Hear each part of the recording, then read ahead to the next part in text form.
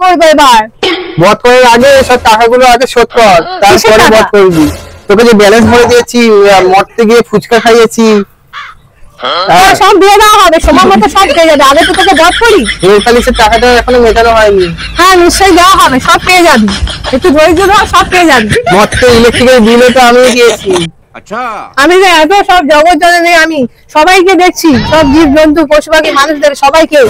তুই কি করছিস? আমি কি সবার ঠেকা নিয়ে বসে আছি? আমি একা নিয়ে আছি। তবে আমার হাতে আগে বধ হয়, তারপরে তো টাকা দেবো। বধ আমি হব না। বধ তো তোকে হতেই হবে, বছরে একবার। আমি তো তোকে বধ করেই যাবো, ছাড়বো না। আগে টাকা পয়সা শোধ হোক। না, আগে বধ করবো, তারপরে টাকা পয়সা নিবি। তুই তো একটু বেঁচে থাকবি, তখন টাকা পয়সা নিয়ে নিবি। ঠিক আছে, তাহলে আসতে পারে। আমার গায়ে হাত পায়ে খুব ব্যথা। আমি আসতে মারবো কেন? জোরে মারবো, বললাম না বছরে একবার মারি, জোরে মারবো, আসতে মারি না। এই নে। এত জোরে? যথেষ্ট আসতেই দিয়েছি। ক্ষমা করো মা দুর্গা।